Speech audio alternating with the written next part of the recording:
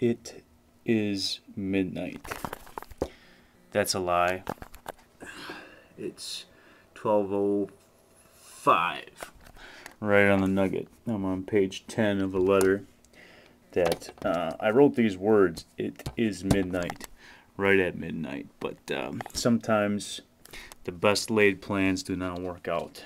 And that's kind of the sentiment. Welcome to Valentine's Day. Valentine's Day, I've turned to drinking.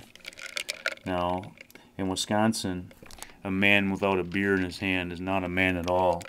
And if this liquid was in a glass container without the ice cubes, it could easily pass as beer, but that is cream soda. And I've been drinking heavily tonight. Here I am, smack dab in the middle of February. And today, I have no idea where to begin with this video. This is going to be a cold blue mess.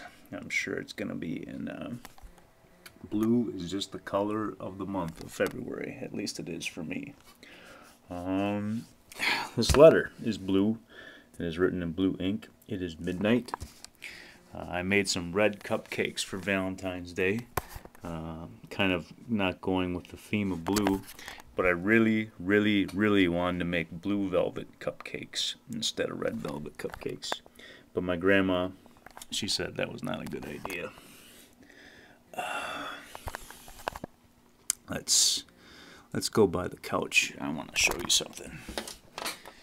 I've been working on this letter. Now this is page 10, which is actually page 19 of the letter. I've been writing about a project which I call the White Labyrinth.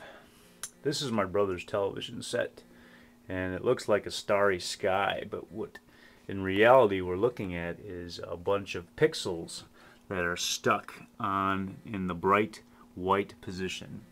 When I first got this television and put it in my basement, there were 13 of these little white dots on it. Now at last count, there's somewhere around 51 or 52 of these little white dots. And as they pop up on the screen, kind of like, I don't know, stars being born in the universe, I've called this phenomenon the White Labyrinth. I don't know why that is. I just recently named that because I've been spending a lot of time watching the movie Labyrinth from the 1980s. I'm going to turn on some light in here. And in this letter, which I've been writing for the better part of an hour now, I've been mapping the stars. And if you look closely, you see the little stars that have the circles around them. Those are the stars that have been born since I started writing this letter. Like the star right here wasn't there before I started this letter today. So that's how I've been fighting the blues, getting ready for Valentine's Day. Is I've been writing about this project, the White Labyrinth, and what I want the White Labyrinth to be someday is a poem. Now, as people know, labyrinths are mazes, and it's kind of hard not to have a maze without straight lines. If I took a magic marker and connected the dots and made lines in between all those points of light, I could probably make an interesting maze on that television screen. And it might be a labyrinth indeed. And what's been going through my mind today is, you know how when you're really cold and your eyes are watering, or you cut an onion and your eyes are running, or you're crying, sometimes like light can blur. Having tears in your eyes really changes the way that you see the world. Kind of like wearing glasses, or looking underwater. So I'm wondering what's the thought process that's been going through my head today is if I were crying looking at this television screen, how different would it look? And there is a good chance that if I start making myself cry on video, people are gonna get worried. But it's Valentine's Day. It's a blue day, and I guess I could, if I tried hard enough, make myself cry. And I've been thinking about, well, how does one go about making himself cry? I could take an onion, which I have right here. It's kind of a random place to keep the onions next to the Gatorade, but here they are. We got onions in the cellar. I could take this upstairs, get out a knife and start chopping it and put my face real close, and chances are really good I'd start crying. Then I could run, beat feet down the stairs, hopefully not trip and fall and wake up grandma or make a noise. But then I could view that television screen with tears in my eyes. Another thing that I could do, and this would be like the most horrible, horrible thing ever, and I've noticed, I could take these tweezers and rip out a big honking hunk of nose hairs out of my nose. I guess that's how they make movie stars cry in the movies. If you take your tweezers and just yank out about 500 nose hairs, I guess that puts tears in your eyes really easy. So I could do that too. That'd be very disturbing, and I'd probably get a lot of therapy bills in the mail if I decided that is how I wanted to make myself cry, to witness the White Labyrinth. What other things can I do? It's no secret I've talked about this 10,000 pound blanket for I don't know how long. There it is.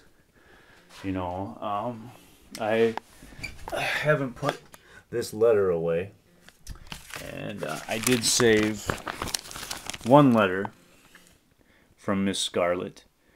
These brown stains are chocolate chunks.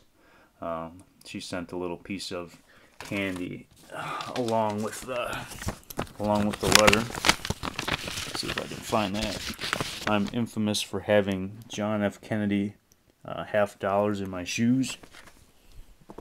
Well, she thought it would be sweet, and it was sweet, to put a JFK chocolate $50 in one of my letters. Very touching gesture.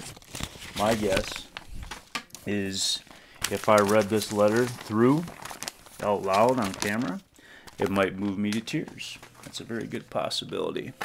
I also have one last letter that she wrote me, and I don't know if it's a letter that she wrote me. My guess is that this is a bit of work from a good man by the name of Father Duncan. Scarlett sent me some printouts of a very holy man's writings every once in a while. She also put the flag of the United States upside down on her last letter to me. That's a universal sign of distress for the United States of America. It also apparently means that I love you in stamp terminology. If you put the stamp upside down in a letter, it's supposed to signify that they love you. So I could open up this letter, I'm sure, and maybe that would move me to tears. So I could look at the White Labyrinth and maybe see it how it was meant to be seen. Another thing that sometimes can move me to tears is beautiful music. I finally found the name of one of my biggest heroines in the world, Lisa Gerrard. She's a musician. I would say that Bruce Springsteen is my favorite musician of all time, male musician of all time. I would say that maybe, and this is a bold statement, Lisa Gerrard is my favorite female artist of all time. And I'm going to play a little bit of her music here. I don't think I'll burst into tears, but it's just beautiful. And hopefully I got it up loud enough for everybody to hear.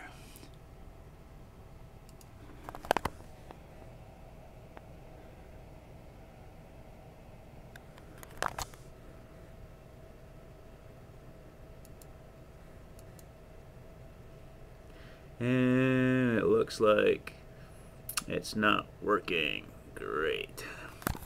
I love computers. I guess I could cry. Frustration.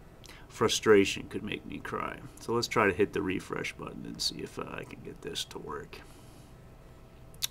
Alright. No, that's not working either.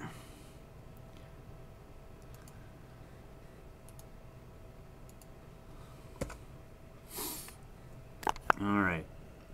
Tears of frustration. Is my internet down? Alright, we want to get to 52. Alright, let's try this again. This is definitely going to be a two-part video. I'm already at 10 minutes.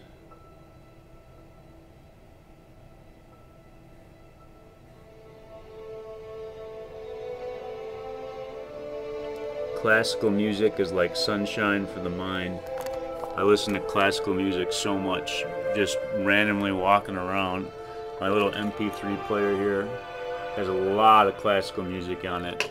And sometimes when the mood strikes me just right, I'll cry. Sometimes music is just too beautiful for you to handle.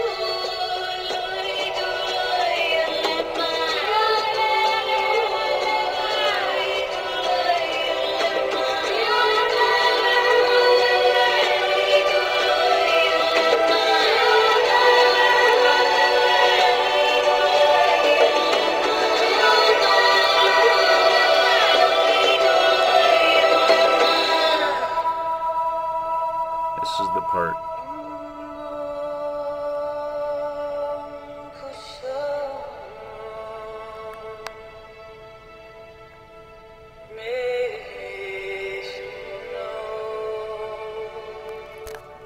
See, I have no idea what she's saying, but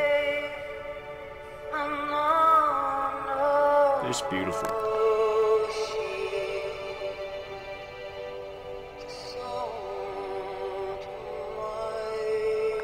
Now I could walk over to that TV now and look at the stars on that TV and maybe see the white labyrinth for what it's supposed to be, but I don't think I'm ready for that yet.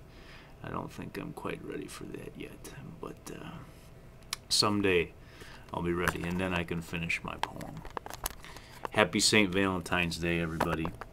Do something brave each and every day, and keep loving your heart no matter what.